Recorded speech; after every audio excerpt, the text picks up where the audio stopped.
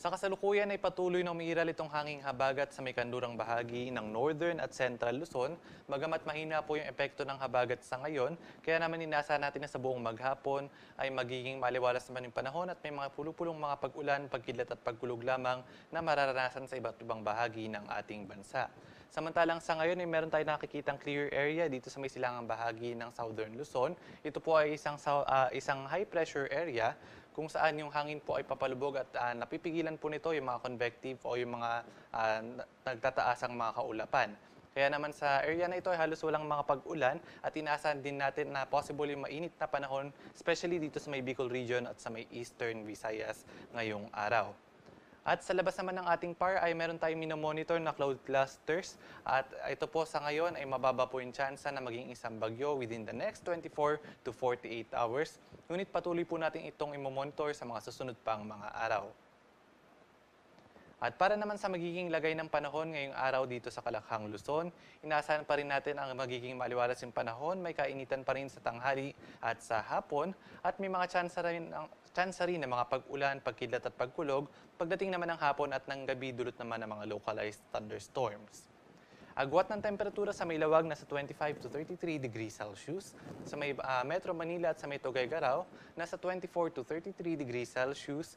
Sa may Baguio City, 17 to 25. Sa may Tagaytay, 22 to 31.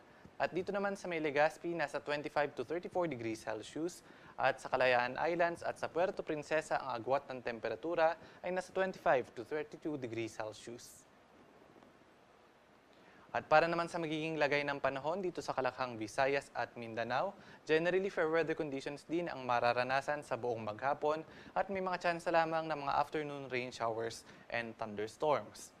Ang agwat ng temperatura sa Iloilo ay nasa 25 to 33 degrees Celsius, sa may Metro Cebu 25 to 32, sa may Tacloban 26 to 33 degrees Celsius, at dito naman sa may Cagayan de Oro, 24 to 32 degrees Celsius. Sa may Davao, 24 to 34. At dito naman sa may Zamboanga City, ang agwat ng temperatura ay nasa 25 to 34 degrees Celsius.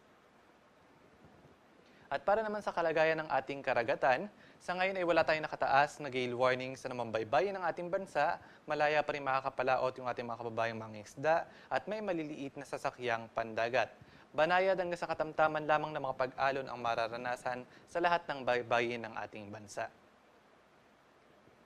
At para naman sa ating 3-day weather outlook para sa mga pangunahing syudad ng ating bansa, inasa natin na sa malaking bahagi ng ating bansa hanggang sa araw ng Martes ay generally fair weather conditions pa rin ang mararanasan at may kainitan sa tanghali at sa hapon, may mga tsansa pa rin ng mga pulupulong mga pag-ulan, pagkidlat at pagkulog, dulot yan ng mga localized thunderstorms. Magamat pagdating ng araw ng Tuesday o araw ng Martes, possible po na maging maulan sa hapon sa may kanlurang bahagi ng Luzon dahil unti-unti pong lalakas itong hanging habagat. Agwat ng temperatura sa Metro Manila ay nasa 24 to 33 degrees Celsius, sa may Baguio City ay nasa 16 to 25, sa may Legazpi ang agwat ng temperatura ay nasa 25 to 34 degrees Celsius, sa may Metro Cebu 25 to 32 at sa may Metro Davao naman ang agwat ng temperatura ay nasa 24 to 34 degrees Celsius. At ang haring araw ay sisikat ngayong 5:45 ng umaga at lulubog naman mamayang 6:03 ng gabi.